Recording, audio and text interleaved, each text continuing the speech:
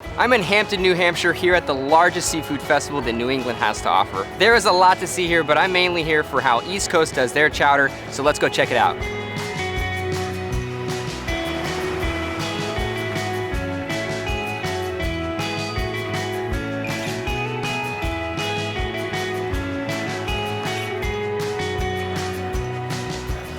It's the 24th year of the Hampton Beach Seafood Festival, and I'm starting with this year's winner for Best Bisque and Best Chowder, the Rye Harbor Lobster Pound.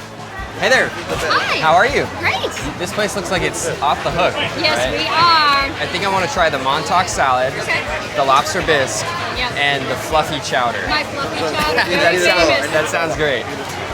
This is the Montauk, shrimp scallop and mussel in a fresh lemon thyme vinaigrette. It's all made by hand. All right, this is the bisque. Oh, so rich. So good. Sorry, let me try the fluffy chowder now. Creamy New England style chowder with lobster on top. The lobster is in a butter sherry sauce. So why is it called fluffy chowder? My husband eats all the food that's here, so we took a scoop of clam chowder, and then he took a scoop of the hot lobster roll and put it together. And some lady's like, "What's that? I want that." And he goes, "Oh, I just fluffed up my chowder." She goes, "I want a fluffy chowder." And then the next person, "Fluffy chowder, fluffy chowder." Yeah, that's how it happens. And then that year we won best chowder for Fluffy chowder. chowder. This is fantastic. Thank you so much. You're welcome. I'm glad you enjoyed. Now on to the Old Salt. I hear they've got a seafood stew that I can't miss. Hey there, how are you? Good, how you doing today? Very, very good. Some serious seafood production going on. How much lobster goes in like one of these vats? 25 pounds of lobster meat in there, and then there's shrimp, scallops, crab as well, potatoes. Yeah, there it is right there. Oh my goodness. Look, there's a claw right there. Oh my, I think I'm definitely gonna order the lobster seafood chowder. That looks amazing. Enjoy. I just love how chunky this is. Tons of seafood in here. It's almost like having a lobster bisque and a chowder mixed together with a little bit of spicy notes with the cayenne pepper. Just a fantastic dish, and of course it has to go in a bread bowl, right? What's a chowder without bread bowl? The chowders were great. I definitely have some ideas for my own recipe, but I can't leave before checking out one last booth, Petey's Summertime Seafood. Hey there. Hey, how you doing? Very good. I'm stuffed full of chowder right now. But I keep seeing people walk around with lobsters on a stick and other things on a stick. I think you're the guy. We figured What better than a lobster put on a stick, right? I'll take the tail and some of the claws. Okay. Those are just like smothered in butter, right? Yeah. You keep them in butter all day. All day. That's They're how like we heat them up. Marinating in butter, right? Yep. I love that. Oh boy. How is it? Wow. You're not kidding. All right, let me try the tail now. So good.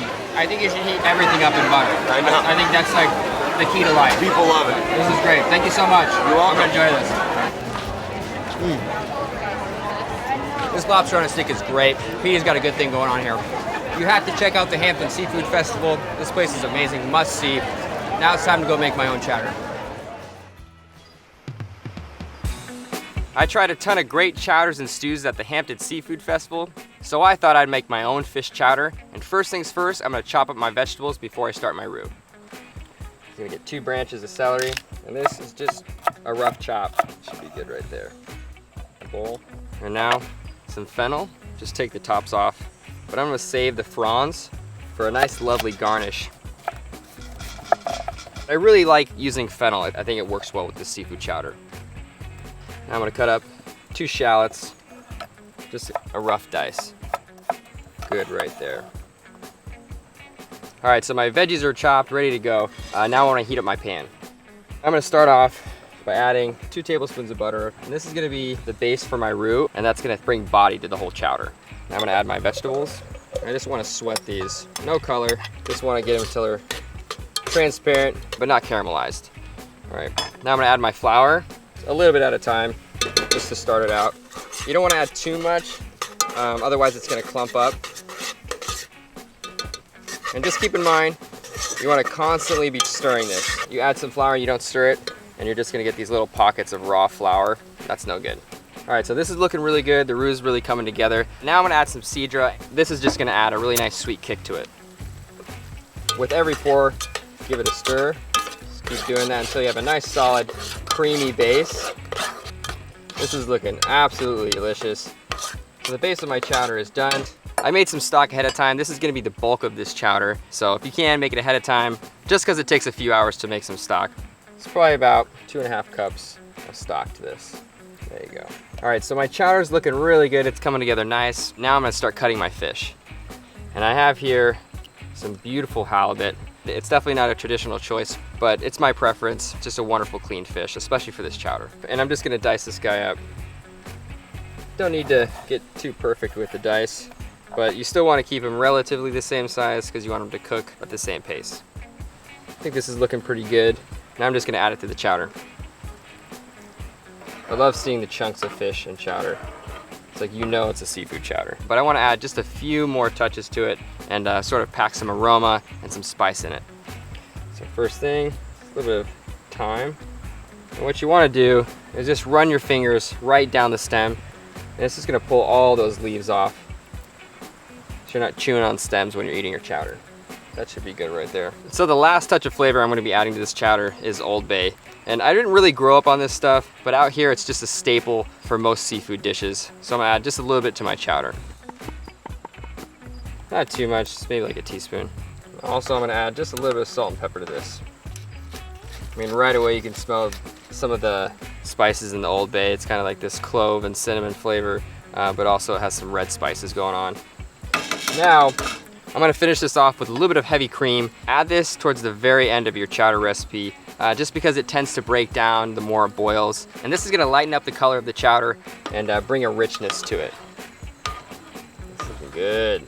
All right, my chowder is definitely finished. This is looking just absolutely great. Give a few ladles of this beautiful chowder right in this bowl. I love how you can just see the halibut pop right away. Just gonna garnish it. A little bit of fennel fronds. This is just gonna give a little bit of color on top.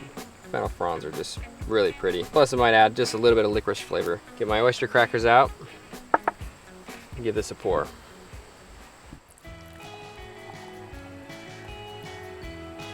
So with the oyster crackers, you want to add these guys right at the last minute because you still want that crunch. You don't want them getting soggy. Good portion, why not? Just a few more. Now I'm gonna give this guy a taste. And right away you can see the halibut just so chunky. Just packed full of flavor. The first thing I taste is that Old Beay. Some of that clove, spiciness to it, just a wonderful flavor to this. Light seafood, really clean taste. The Cidre just cuts right through the richness of this chowder and has a nice hint of apple. Just does a great job pairing with this. Thank you so much for watching. Join me next week as I head down the coast to Rhode Island.